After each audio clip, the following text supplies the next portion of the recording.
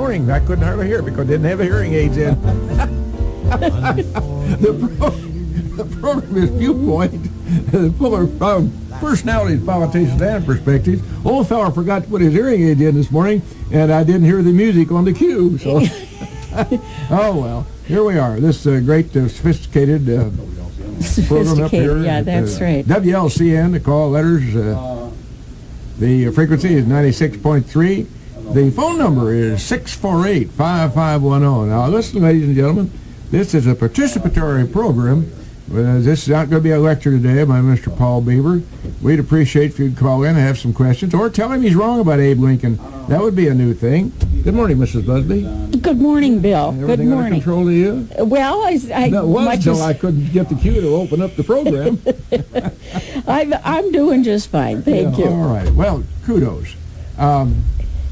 Judith Kay, long years ago, got me into volunteering at the prisons for our storybook program. For those of you in the air who don't know what storybook program is, I'm a quick fill-in. Prisoners who qualify and are good little boys, and in the case of the women, good little girls, they can come in and pick from a number of books that are made available to them through the auspices of the Lutheran Social Services program, I believe, Judith. And these volunteers bring all these books in, various reading levels, different ethnic groups, and so forth. Bottom line is that the prisoner can pick one or two books, and the volunteer goes with them into a little office or classroom, and through a little Memorex recorder, which is a tiny little thing, smaller than a cigarette lighter, Really? they record reading. They can talk to their family and say, hi, Johnny, and so forth, whatever they want to do. Then they proceed to read the book or books to their kids. The book and the CDs from their reading are sent to the kids. It's a nice volunteer program, and the reason I mentioned it particularly this morning is that they need volunteers, folks. The old fella has had to step down after many years of doing this. Frankly, I don't hear that well. And Hence, he wears hearing aids. and that makes it a little sometimes. difficult so for me to communicate with the prisoners out there. It's really very rewarding, and if anybody would like to make themselves available, it's just one Saturday a month, the first Saturday of each month in the morning. If they'd like to make themselves available as a volunteer, if they'll contact Judith Busby or myself, we'd be glad to put them in touch with the right people. So I guess that's a long kudo to the volunteers who have been serving a real need for children. That's the genesis of the whole thing, is for the children of the prisoners. So Well, we don't have to judge the parent. Obviously, that's already been done, or they wouldn't be there. No. So we're talking about the kids, and I think in this life, it seems to me that it makes things a lot more happy and a lot easier to understand if we remember why we're doing what we're doing. Exactly. And not just do it by rote. Well, the point is, it has never happened with me. I've never had ever one prisoner fail to thank me for Right. helping, and I'm sure the same's with you. Well, all right. 648-5510 would be the number. And Mrs. Busby, if you'll introduce our guest, who's kind of a new kid on the block. We want to introduce him to the community. He's not been around very long, and he needs to have more exposure. That's so right. You go right ahead, Mrs. Busby. Right, another neighbor. Here we are. Look at us, all right in a row. Paul Beaver lives in the next block from Bill and me, and he, of course, is Professor Emeritus from there you are. Lincoln College. Oh, good.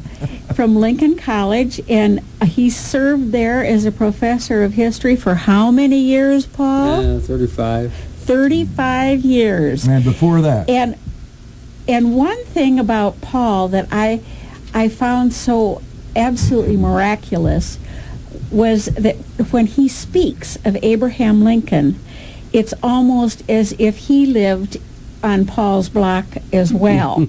Really. Paul was there. Paul was there, yeah. It's just like when Thomas came home, my grandson said, "Did you know that Abraham Lincoln died?" And I said, "Yes, I did."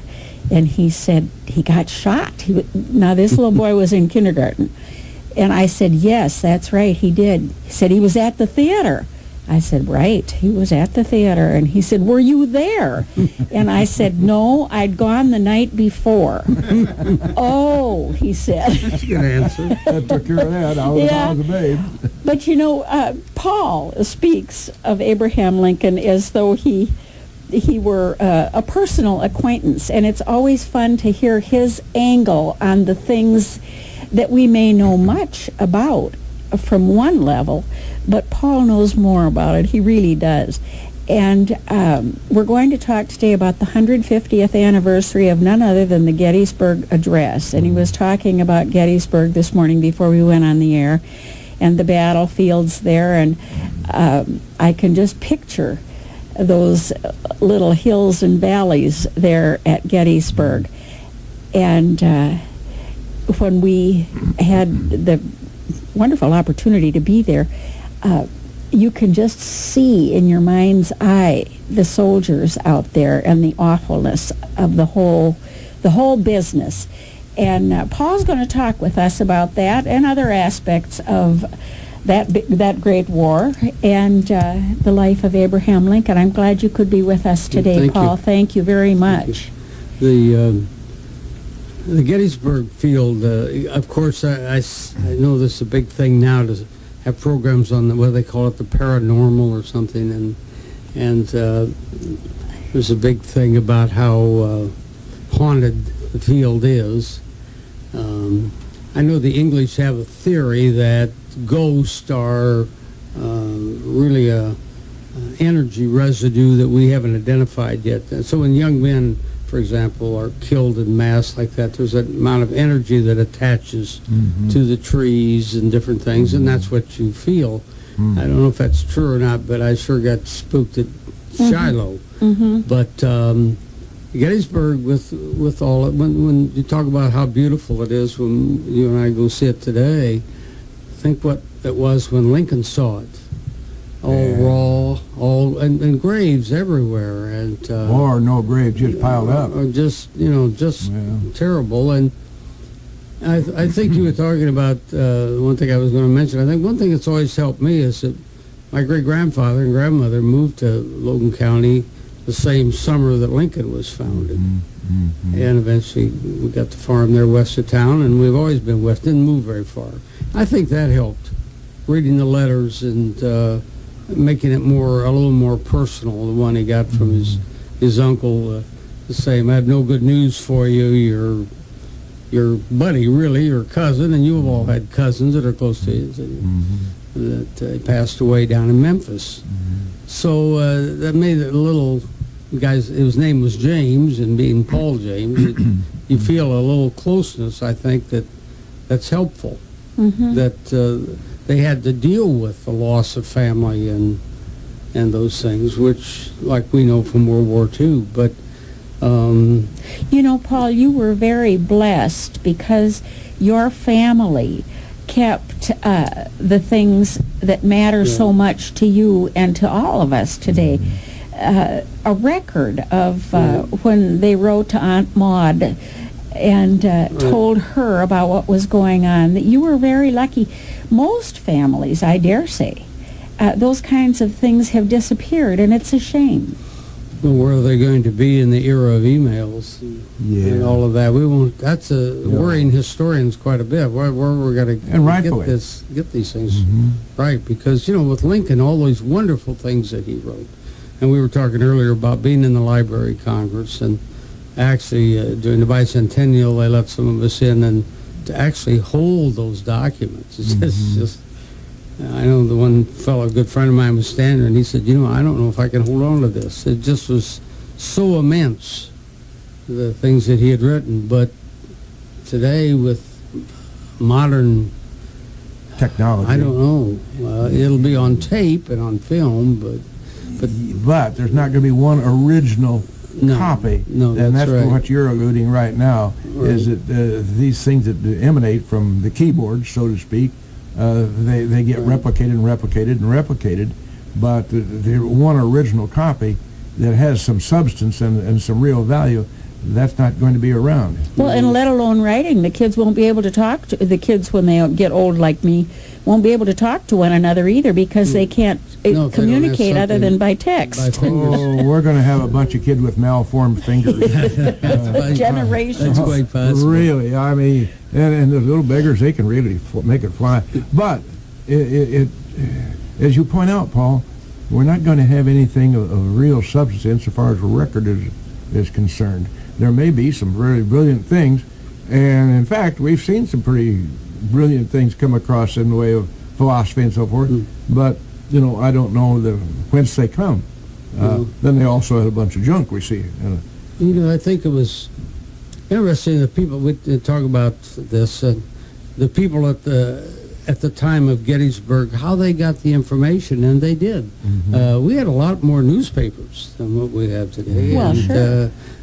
This story got out, and people read about it, and they realized this was a major turning point, or at least I feel that way from reading about it.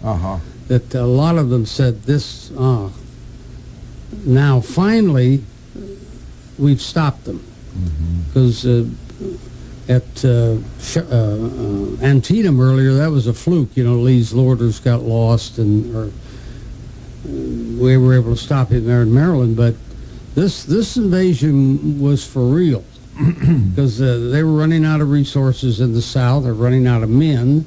When those ships came over from Germany and Ireland, they docked in New York, and those boys got off. And if you've seen a couple of movies, what was that one, Gangs of New York, right on the boardwalk, they're all set up.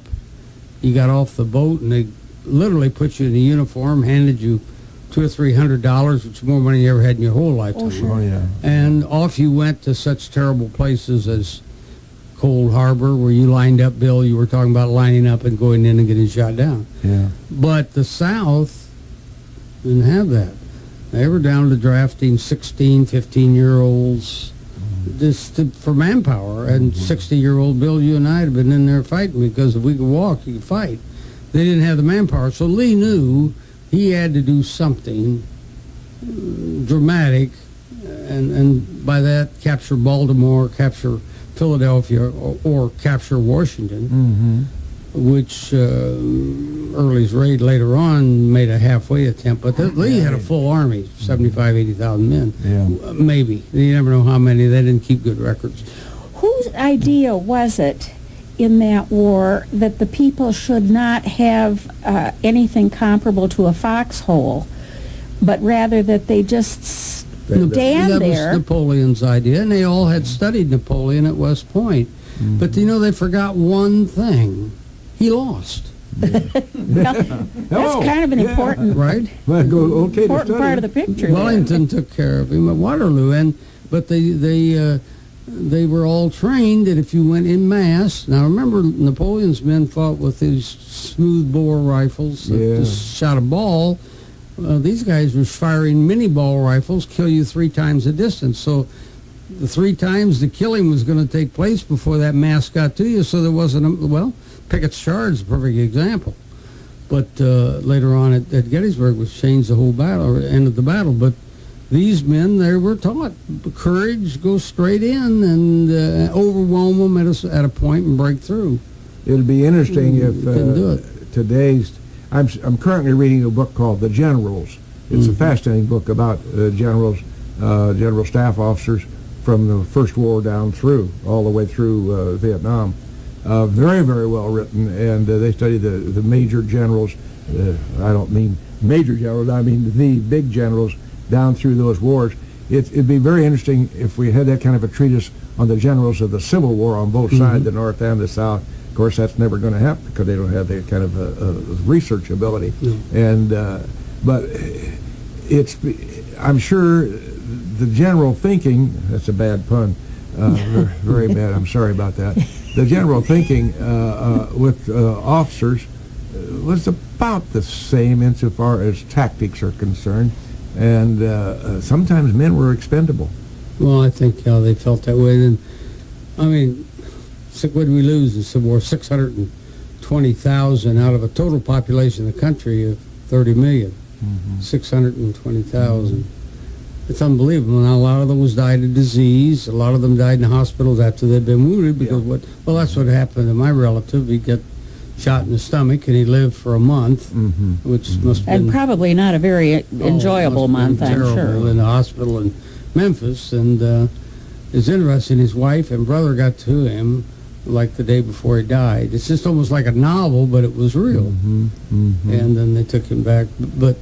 But still, that happened. They just couldn't Yeah, save you him. multiply that time and time again. And then Gettysburg, was fought July 1, 2, and 3. And you can imagine if you're hit on hot weather, what happens to you. Well, let's specifically go ahead, Judith. You had something you wanted to say. Well, I would like to get to the slavery issue. Many thought that they were fighting for freedom, I'm sure. But underlying all of that, weren't there a lot of people who were fighting to keep their slaves? Well, Nathan Bedford Forrest sure was, as he made that comment late in the war when there was an edict went out to the Confederate generals, you should tell your troops, this is not about slavery, this is about our Southern freedom, independence. And we're not talking about the other. And when Forrest, who had been a slave dealer in Memphis before the war, and does have this huge equestrian statue of him in downtown Memphis, and Forrest got this and said, well, if we aren't fighting to keep our slaves, what the H are we fighting for? He kind of hit it right on the head. Because that was their economy, though. Well, I mean, they had 10 million people in the South, and 35-40% were slaves. Now, there were a few free black people in the South, but, there's some dark sides of this. At Gettysburg, when the Confederacy was invading, not many people know that some of their cavalrymen were out rounding up anybody of color. And they didn't, and some of those people were saying, but we've never been slaves. We were born and raised in the North. They didn't care. They rounded them up and sent them back. Now that's, the great followers of Robert E. Lee, and he was a great man, and I think he really, the thing he did at the end of the war when he said, no, we're not fighting a guerrilla war, that'll go on for viciousness forever, the war's over, go back and be good citizens. I think that was the greatest thing he did. But, there were things that went on that he didn't have time to deal with.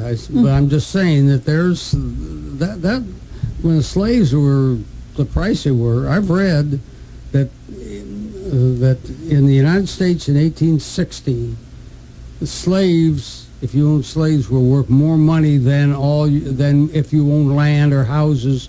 If you owned slaves, the bank would loan you good money on that. Interesting. Speaking of good money, we have to earn good money because we have some commercials that we have to do, and without those commercials, we won't have any good money. Mr. Ash, go right ahead, sir. And we're right back live here in the studio, WLCN, 648-5510. In case somebody has any questions of Mr. Paul Beaver, we're going to talk about 272 words when put together were perhaps one of the most significant speeches in all of history. Yes. The Gettysburg Address. Paul, let's take it from the top, as they say in showbiz. The facts versus the lore of how the Gettysburg Address was actually written down before the president got up to deliver those remarks. Right. Well, he knew, first of all, just for a little bit of background, the Battle of Gettysburg was fought by a couple 100,000 men on a very small area, and if you've been there, you know how small that was. It's pretty incomprehensible. Jammed right in there at each other, and they had battled for 3 days. This was Lee's last, this is going to be Lee's last shot. If they didn't get something done up north, maybe capture Washington, capture Philadelphia, make the peace party. That was what they were hoping, that the people who were clamoring for peace would force the government to say, okay, let them go. Let them go, have their own government, and so on. Yeah. And Lee knew he was running out of bullets, if you want to say it that way, out of food. And he had to have one big victory, and he was competent he could do it. And you know that the Union Army changed generals right on the eve of the battle. They went from Hooker to Meade. Meade was one of these very competent generals. They thought he was kind of stodgy, but they called him an old snapping turtle. But Lee just felt, I can win this. And so they came up, crossed the Potomac. In fact, he divided his army. Had some of them were up at different areas, up at Harper's Ferry and so on. Mm-hmm. And then the Union Army moved at them. They did not intend to fight at Gettysburg. Gettysburg, just if you've been there, you know there's 5 roads leads into it from all over. Just kind of an accident. And in fact, a man from Illinois, General Buford, was, I believe he was in Illinois, and the cavalry fired the first shots at him and held them at bay. The cavalry had a more very fast firing rifle. And so it just happened. They just kept pouring in. If you've seen the movie, they get up in the Lutheran Seminary, and here they came, and they fought through the town, and came pretty close. Most historians kind of feel that if Lee would have still had Jackson, they might have won on the very first day, because there was a hill there, Culp's Hill. Had they taken that, they'd have just run right down the Union line. I think the battle had been over. But Jackson wasn't there, and the Confederate commander, Ewell, couldn't get the job done. And so they held the first day. The second day is the famous fight in the wheat field and on Little Round Top that I know you've all heard about, and you've seen the movies where Chamberlain and the 20th Maine held them off, kept them from taking that end of the line. Lee's tactics, if you get one end of the line, just roll it up, which is, you know, Bill, you've been in the military. That's an old tactic. So the third day, he decided Pickett had a fresh division of about 12,000 men, and he was going to use the old Napoleonic tactic. What they call it, foot on fire. You put the artillery right on you're going to fire right in the center of their line, and then when you've destroyed their artillery, then you're going to punch through. And that's the famous Pickett's Charge. It's really Pickett and Pettigrew, but that to the North Carolinian friends. But Longstreet just said to Lee that morning, said, General, I've been a soldier all my life, and I fought with companies and squads. No 12,000 men, 15,000 men can do this. You can't march across, and you've been there, that open field, and then you got to crawl over those fences. And look, Lee said, we're going to destroy their cannons. We're going to get rid of their weapons. He didn't think it could happen, and of course, at 3 o'clock on the afternoon of July 3rd, Pickett stepped off in this famous Pickett's Charge. If you've ever read some of Faulkner's books, was it Long Hot Summer or Absalom? I don't remember, where he says, to every Southern boy, it's not quite 3 o'clock on the afternoon of July 3rd, 1863. In other words, Faulkner, many of them thought Pickett's Charge was the climax of the Confederacy. They did break through. If you've been there, you've been to the trees. It was a high water mark. And it must have been a horrendous thing. All of you know Brayton Danner. Remember Brayton? Yeah, you betcha. Well, Brayton lived over a little town of Summum, Illinois. When he was a little boy, there was an old Civil War vet there. And every 4th of July, he gathered all the boys there and told them about his day at Gettysburg. He was just a kid. He and his dad walked down to be in the battle. Now imagine that in modern war. No. And they came to Gettysburg, and they said, well, we'll put you in a safe place. Yeah. We'll put you in the middle, because Lee won't attack. Well, here they came, and this 14-year-old boy was terrified. And he said, of course, it was the greatest day of his life, because he lived through it, and he saw the surrender of troops. But about half the troops either were killed on the spot, wounded, and a lot of them died. And Meade didn't attack. He was as beat up as Lee was. The next night in the rain, Lee started back. They had 30-some miles of wagons, 10,000 wounded in wagons, no bedding, no straw. That was Gettysburg. And then, of course, back, every house, they said every house, every building in Gettysburg had wounded in it. Yeah. Both boys. And people took care of them. And, of course, a lot of them died, and they were just buried all over this place. Oh, and that's when they decided, that Governor Curtin of Pennsylvania and that they said we need to have a place to bury our boys. The Pennsylvania boys here, the Illinois boys here, and Ohio boys here. We need to have a national cemetery, and that was the background, of course, for the November dedication, and it was still pretty bad shape when they invited Edward Everett, a great orator, to come and speak. 2 hours worth. 2 hours worth. He had actually been vice presidential candidate on the Constitutional Union ticket with Bell back in 1860. But they made up. They were, he was quite an abolitionist out of Massachusetts. So he was to come, and then they invited Lincoln. Now, that's one of the myths, that Lincoln was an afterthought. He wasn't an afterthought. He was invited, and Lincoln realized this is major. We've won this battle.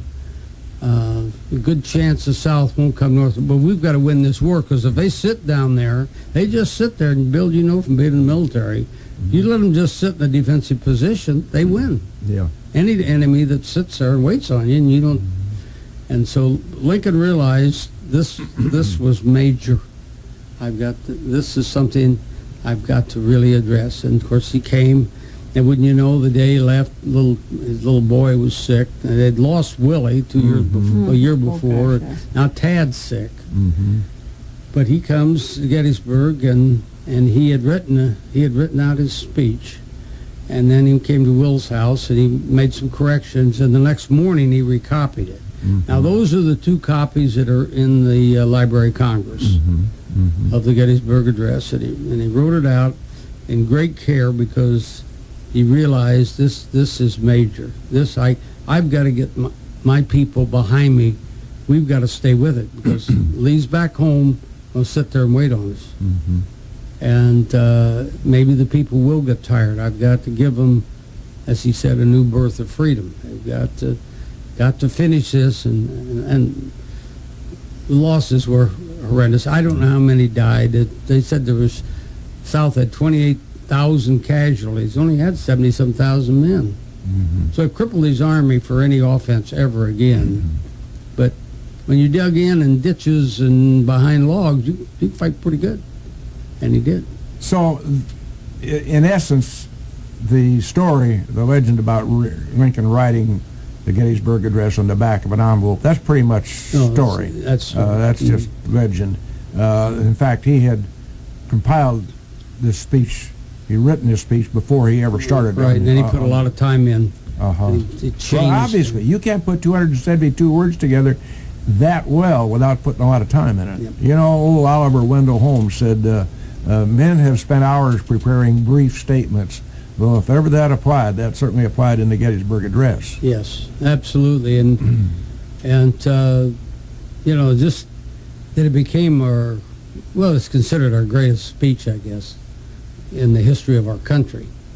And then followed by, of course, his second inaugural. But this one is just so incredible. There was just, as I say, so many myths about it, and that after he'd given it on the train, he had a headache, and Everett came and talked to him, and they said, well, I don't know if this will scour, from a plow. And Everett told him, I'd be flattered if what I said in 2 hours would resonate what you said in 2 minutes. Words to that effect. Actually, the papers, well, they were one or the other. All the Democratic papers said it was terrible.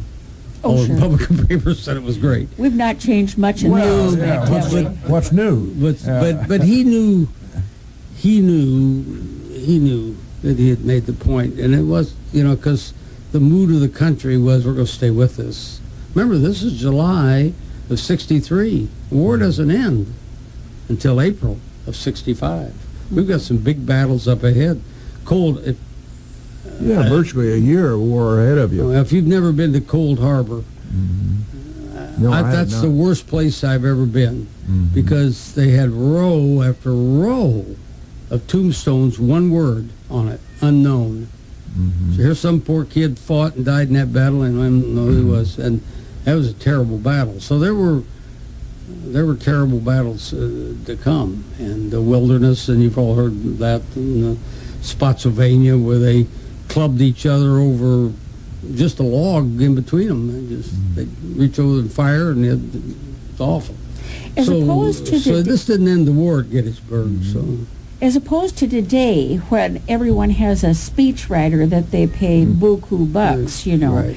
and we haven't had anything from those people that would rival the Gettysburg Address, have we? No. How is it that he had this speech following the 2-hour speech, and all he had were 2 minutes? Now, was that his allotment of time, or that's what he took? And how come, what was the other fellow's name? I'm sorry. Edward Everett. Horton. Yeah. Why did he get 2 hours? Well, he was the program, and you remember when Horton was a warm-up speaker. right. Well, you remember though when Lincoln spoke in our town in October 1858, he was there for 2 hours, and had a crowd probably the same size that was at Gettysburg. I was out in Burtonview that day. I know. 4,000 or 5,000 people probably. Well, I don't know. I would. I've seen every number written under the sun for how Yeah, but many. that crowd guessing, that's dicey. And they were all you know? over the place, and Lincoln's voice fortunately would carry, and Everett's voice carried. But I think what they did, they changed places. That if you were up front, you were expected to move out and let me listen for a while, and then I moved out and Judy could listen for a while. And there were women there at the speech, and they did have mounted marshals on horses, but they couldn't do any good. They couldn't move through the mass. Had a little scuffle, I think, to start the thing. I could see why, boy, standing there for 2 hours. But so Lincoln, in 2 minutes, that was a little brief. He never did that before. And but he had everything he wanted to say perfectly written out, and it wasn't long before that speech was recognized as. I mean, the country stayed with him. The election was coming up. Presidential election was next year in '64. Joe McClellan, who was very popular, ran against him, and. In fact, Lincoln, as I was telling you, I actually held that document where Lincoln said, it doesn't look like I'm going to be reelected, so promised to help the administration. But, and then General Sherman, for whom my grandfather was named, William Tecumseh Sherman Beaver. I always wondered when I was a kid how did he get such a goofy name. How old was he before he could spell Tecumseh? They left that out. He put that pretty quick. But... the fact that Sherman took Atlanta and the election, Lincoln won. By the way, Logan County voted for him again, unlike our neighboring county to the south. Oh, really? Springfield voted for him. Same, and this is really what a divided time in our history. But well, we're not far from the Mason-Dixon line here, are we? No, not that far. We had this state was settled from the south up. Look at our counties. You go to southern Illinois, there's all kinds of little counties down there.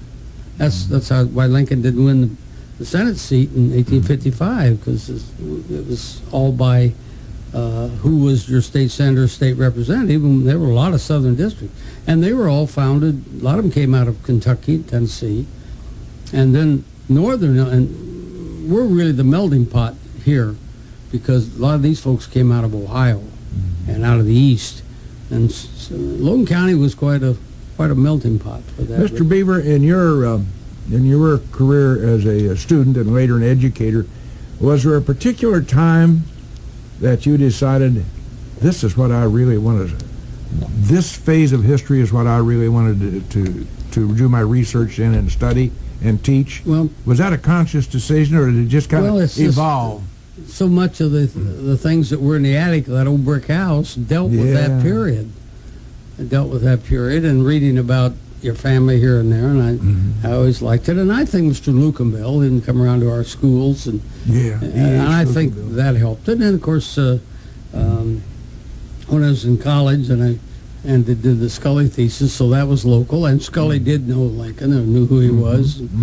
He probably wasn't impressed. Here's a man that's for democracy. And after all, Mr. Scully said, the best government's a king.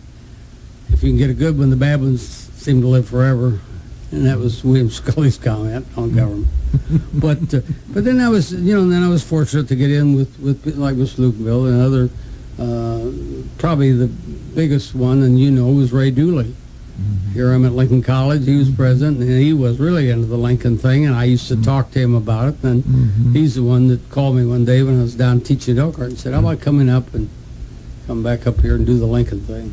He was a great teacher. Then I had Jim Hickey and met. Yeah, you had a little. And I met a lot of them. And then you meet other people who are into the thing, and they tell you just little things. So just like Ron Keller and I talking to the guy out of Gettysburg at that forum, and he'd written a book on Robert Todd Lincoln. He said, oh, by the way, Robert Todd Lincoln makes that comment about being in Lincoln giving a speech in the 1880s, whatever, and he said, the last time I was here wasn't anything on this ground higher than a wagon. He's at the christening.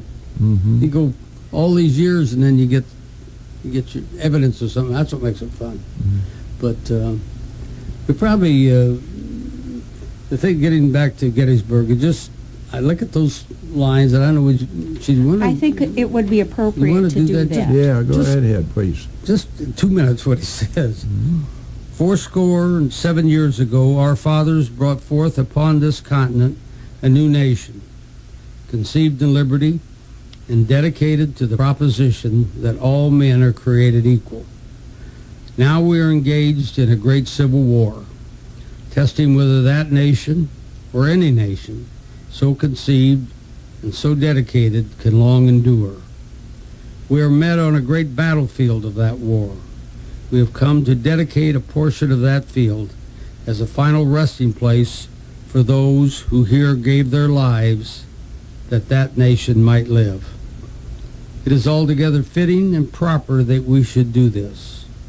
But in a larger sense, we cannot dedicate, we cannot consecrate, we cannot hallow this ground. The brave men, living and dead, who struggled here have consecrated it far above our poor power to add or detract.